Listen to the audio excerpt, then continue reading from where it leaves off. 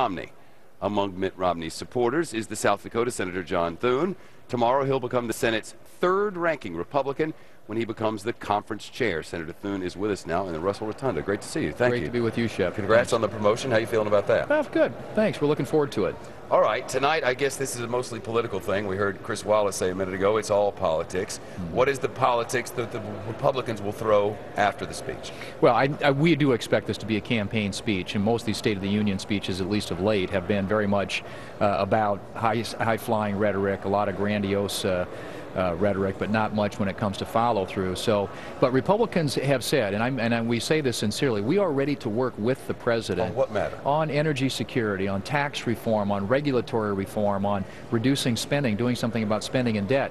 But the president, although he says all these nice things in his State of the Union speeches, very rarely follows through. And that's the one thing that Republicans are going to be paying attention to, and that is the president sincere, and does he really want to work with us to try and solve some of these big problems? One of the things that we're not allowed to talk about what the specifics from the luncheon today at the White House, but the theme seemed to be we want people to come out of this night with some optimism. The president says his speech will bring that. Will the Republican response and the rhetoric which follows propel us toward that, or are we in a campaign cycle and you can forget it? Well, you know, I think a lot of people assume that this is an election year and that you're not going to get much done in a political season, and that may be true, but I hope that we're wrong about that. But I think it's going to require presidential leadership, and we've been looking for the president to lean into some of these big issues. Last year, the budget that he submitted to the Congress wasn't serious, and the reason you know it wasn't serious is when it was put on the floor of the Senate, it was defeated by a vote of 97-0. He's not demonstrated a willingness to tackle big problems. We will see. He's going to say a lot of good things tonight. He's going to talk about fairness, which that's code for class warfare, which is code for tax increases, which we don't think is the right approach when you've got a down economy. But like I said, the Republicans on the Hill are ready to work with this president if he's willing to lean into some of these big challenges and work with us. That remains to be seen. The GOP's challenge now, number one, is what? Well, I think right now it's trying to get people back to work. It's growing and expanding the economy. And if you look at any metric, since the president came to office, we've got a lot more people who are unemployed.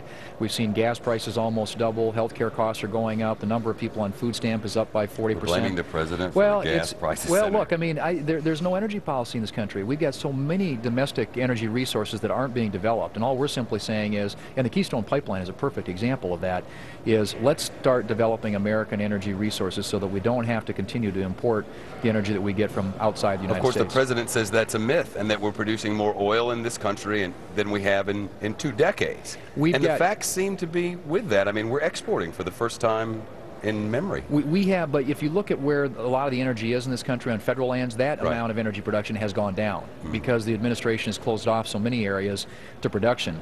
And the Keystone Pipeline, which would create 20,000 shovel-ready jobs and create $7 billion investment like that, he vetoed last week. So if you're going to come up and say that my number one priority is to create jobs, and then you turn down projects that will create 20,000 shovel-ready jobs, you really see that the rhetoric doesn't match with the president's record when it comes to the reality. Senator, good luck in the new job tomorrow. Appreciate that. Thanks, Shep. Nice to see you. All right, good to be with you. Thank you.